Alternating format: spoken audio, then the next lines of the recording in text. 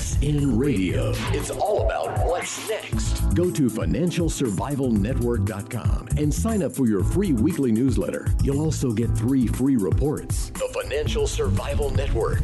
It's all about what's next.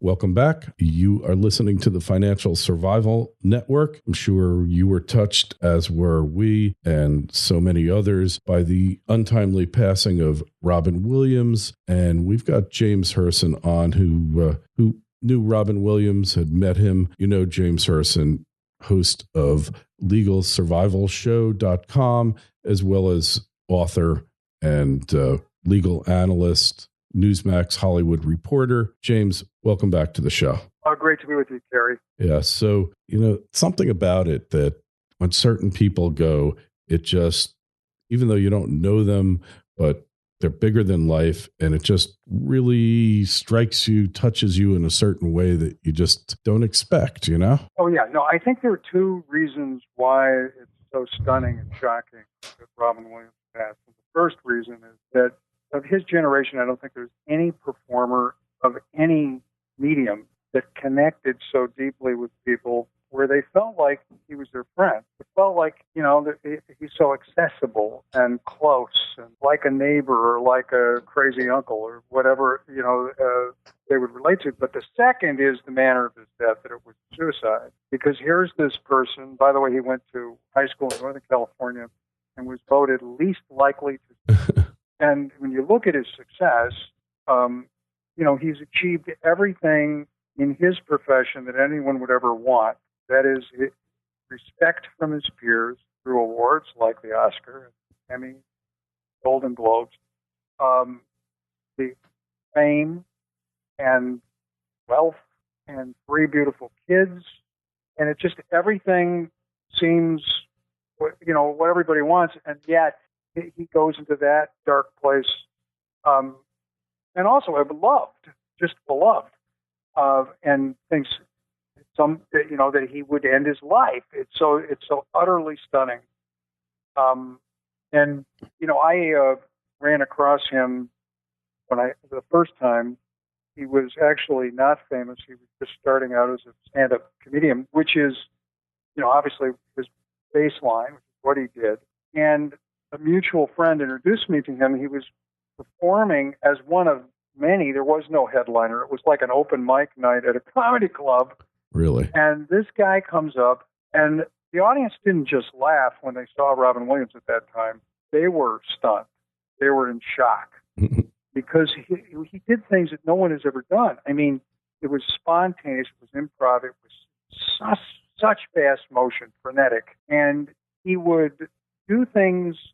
I'll give you an example. I mean, he took the entire audience out into the street, and he starts interacting with people walking down the street. I mean, he was completely uninhibited and crazy, and ran into the bathroom, got the toilet paper seat cover, the paper toilet seat cover, and then uses it for 20 minutes of improv, creating characters and garments, all this stuff. Someone comes in late, he does the entire show thus far in fast motion in reverse, imitating that sound, the way he would do. And it was, people all said, you got to see this guy. The word of mouth spread so fast through the industry. And then, of course, Gary Marshall goes in there, who was producing Happy Days at the time, and sees him. And I got to figure out a way, he says, to channel this guy. And Robin Williams had no real acting experience in theater, but so what they did is create a character just for him, and smartly they made it an extraterrestrial because some suspected that's what he might be. Since no human could have that talent, and they created Mork, and it was on Happy Days, and it spun off into a series, and he went on from there to just a stunning film career, just absolutely amazing.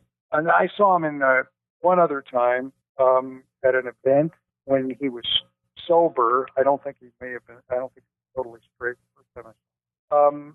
And the one thing, he pretended to know who I was. I know that. That's just a polite thing to do. Right. But there was an innocence and a sweetness almost like a savant, like a little boy. And now these stories are emerging. You know, Robin Williams, not only did he entertain the troops, he was the go-to guy. Whenever anyone canceled, they went to Robin Williams and he filled in. He entertained tens of thousands of troops, like a modern-day Bob Hope went to Afghanistan and Iraq and Kuwait and lots of other countries, and was the troops' best friend. He was a real helpful to younger comedians all his life, calling them, helping them. And it just drives you crazy. You think in those final days when he obviously was in this depressed state and he was contemplating this, that someone couldn't have gotten together with him and been with him. Because typically, I mean, when people are depressed, they contemplate suicide. Obviously, they're alone. That's why we have suicide hotlines and prevention. It just seems, it's poignant, it's ironic. We could come up with lots of words. Here's this guy who brings laughter and joy to others and is suffering on the inside, and no one was there to stop this ridiculous delusion that he had, that he should end, that somehow his life should be ended, a life that filled people with so much happiness. But it makes us think, you know, one thing is that if we know someone that's depressed, that's suffering from stress, whatever, maybe it'd be a good idea to give them a call. And if anybody listening has thoughts that fleet across their mind about taking their life, pick up the phone and make a call. Call a friend, call one of these suicide prevention outlets. Don't sit there alone. And those are the lessons, I think.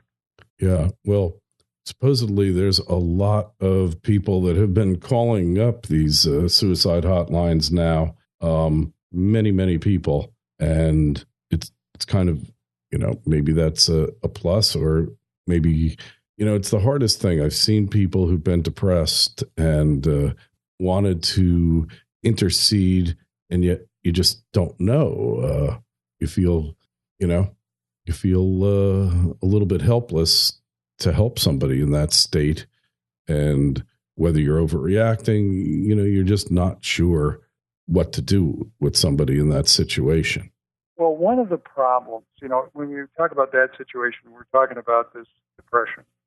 And if we start naming famous people who have said that they struggle with depression, we end up naming 80% of all celebrities. I just start naming Brad Pitt, Nicole Kidman, Channing Tatum, Billy Joel, Lady Gaga, Eva Longoria, Matthew Perry. And it's part of the arc of fame. It's the stress of fame that comes on quick and the stress of fame that goes away. And Robin Williams was in that point where his fame was going away. And the depression seems to be something that is part of also people who are creative, you know, people that have that divine madness of creativity, that they tend to be sensitive. But then you add to that this very important factor. People with depression want to get rid of that pain of depression, and many of them turn to self-medication with so-called recreational drugs. Robin Williams did. Many celebrities do. And I should say also prescription drugs as well.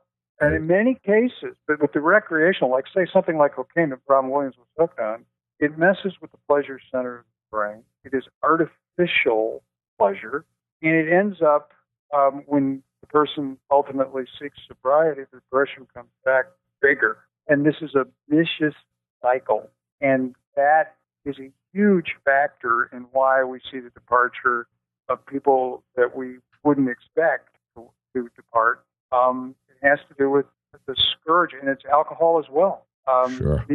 When you combine that self-medication, is just terrible. So yeah, really, really terrible loss and terrible way to go. And yeah, you know, do you think his career was really on the downside, or could he have come back? Well, when I say on the downside, we're talking about a just incredible superstar who had this run. And when we talk about the run, I mean, even famous actors dream about picking projects that have this artistic integrity, you know, and they could get nominated for an award and that it would edify people. And you look at Robin Williams, The World According to Garp, Good Morning Vietnam, Awakening, Dead Poets Society, Good Will Hunting, The Fisher King. I mean, it goes on and on. Yeah. He had so many of these kinds of projects. And when I say it's a downturn, he had divorces. He wasn't getting paid as much because stars aren't. Sure. And he had a house in Napa, $35 million place. He paid $35 million for it. He had on the market right now for $29 million if you want to pick it up. And so he said that he had to agree to do a Mrs. Doubtfire sequel for the money.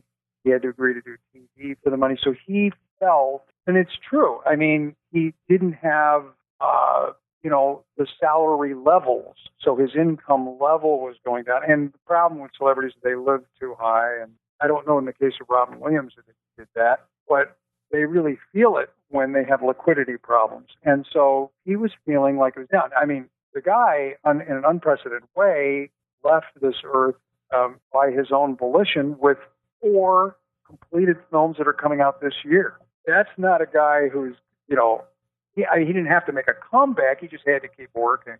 Yeah. And he had another one coming out next year that's an animated film. I think his talent was so great he would have kept working, but no, not the same level, not where he is an A-lister, because he's not. Mm-hmm. He hasn't been for a long time. And not that he would get the kind of compensation that he used to get when he was in his prime, which really goes back, to the 90s, because it started in the 21st century. He started doing more supporting actor roles and more animated roles, and he didn't have as many projects that were these incredible artistic kinds of projects. There weren't that many being produced anymore. I mean, the movies he has coming out this year, 2 of the ones that there's one called Night at the Museum, where he plays Theodore Roosevelt in The Night at the Museum, in that franchise, and a comedy called Merry Friggin' Christmas, mm-hmm. which probably both are going to be smashers. Yeah. But yeah, he just was. Celebrities live in fear of a loss of fame, and they can feel every tick as it goes down. They can feel it, and that's a very dangerous part of the arc of fame. And some can handle it, and some can't. Yeah, it's kind of like athletes are the same thing, right? Oh, yeah, even more so, because athletes, the arc is quicker based on getting older and physicality. And, so you can see it where some athletes make the transition. They become broadcasters or they become entrepreneurs. And but the key thing is, particularly in the world of celebrity, is that they don't get wrapped up in this view of life where they pursue pleasure as the object of life. Because if that's your life, it's empty and it leads nowhere. If you don't have transcendent values, and the things that really make us happy are immaterial things, not material. They're universal concepts of love and friendship and loyalty, courage, faith, family. And that's the part where it's clear that the drugs created kind of an illusion with Robin Williams, a delusion as well, because he had these 3 beautiful kids, and just loved him. And I wish they could have been there to prevent the suicide. Yeah, it's amazing that that you could lose sight of that, but I guess you wind up having this identity that isn't necessarily you. It's an identity apart from you. And once you feel that you're losing it, you feel that you're losing yourself, but it isn't really you, though, is it? Well, in the case of Robin Williams, actually, what you see is what you got. In the sense that it wasn't him, that he had this, this fake smile or something behind that was pain. That's true. Tears of a clown. But in the sense that it was really him. You made me think of somebody like Marilyn Monroe was a person where she had created a persona that was not her, that she referred to in the third person. And in a similar way, she took her life. And I think she's the example of what you're talking about, where there's this persona that's created that has nothing to do with who you really are. And ultimately, that dichotomy was a part of her reason for her depression. But yet, when she wanted her persona to be successful, she put everything into it and was upset when it wasn't. So it's a strange combination. Yeah. Yeah. Well, Hollywood's kind of this alternative reality, right? And, you're only as good as your last, right? Your last movie. Oh, no, that's true. In terms of the actual, the business and salary levels and all that. And the movie star concept is declining for all stars because salaries are going down. There are very few stars that are seen as people that can draw people from the movie theater, simply because now it's the tentpole, it's the big project, it's either an adaptation of a comic book or adaptation of a best-selling novel. Directors and filmmakers seem to sometimes be more important than the star, and I see that trend continuing. I think the golden age is gone. The golden age of Hollywood is gone. And the idea of the movie star, the way we used to understand it, is a dying concept. Really? So a lot of other people are in Robin Williams's position effectively, and there's a big attitude adjustment that needs to be done in Hollywood then, from what you're saying. Well, you hope that, they learn from it, because Robin himself did. And one of his best friends was John Belushi, and they were both cocaine addicts. And when John Belushi died, it shocked Robin Williams into getting sober, straight. And, there's a lot of them. Robert Downey Jr., he hit bottom. His words, he was in prison and woke up in a pool of blood after being beaten, and he kind of decided to change his life. That would do it. Good idea. And look at what he did. Now he's the highest paid actor in Hollywood. But he's a vulnerable, sensitive human being as well. And, he is in a similar condition because he's had depression and he's had drug addiction. Sure. He has to walk that line once, and it's tough, as everybody who knows who fights with addictions, it's one day at a time, really 1 hour at a time, maybe 1 minute at a time. Yeah. But you can't do it alone. And that's why, the AA programs always have a sponsor, someone you can call. And it just, and that's the thing. You cannot possibly handle this alone. You can't handle depression alone. No. That's why we have, and I believe it's a spiritual. I mean, the people that have been most successful that I know have had an encounter with a loving God, and it's just healed them, changed them, and they're straight and they stay straight. And so, but the key thing is that the person doesn't sit there alone and not pick up that phone. It's interesting. The comedians of yesteryear, the Bob Hopes, the Milton Berles, they didn't seem to have these demons like today. I mean, you can point to the Sid Caesars, sure, but they were in the minority. But nowadays, it seems to just be a whole different thing. The celebrities, the actors, they really are much more prone to this type of self-destructive lifestyle, if you will. Yeah, I don't think it's unique to comedians by any stretch. You remember the comedian Freddie Prinze? Oh, yeah, sure. And then he was one. It was shocking. He was on the upswing and took his own life. Same kind of pattern, except it was on the upward arc of fame. Yeah. It's also very stressful. But the problem with modern Hollywood is that they've embraced a valueless, liberal culture, which is essentially, and underneath it is this notion of pursuing pleasure for its own sake.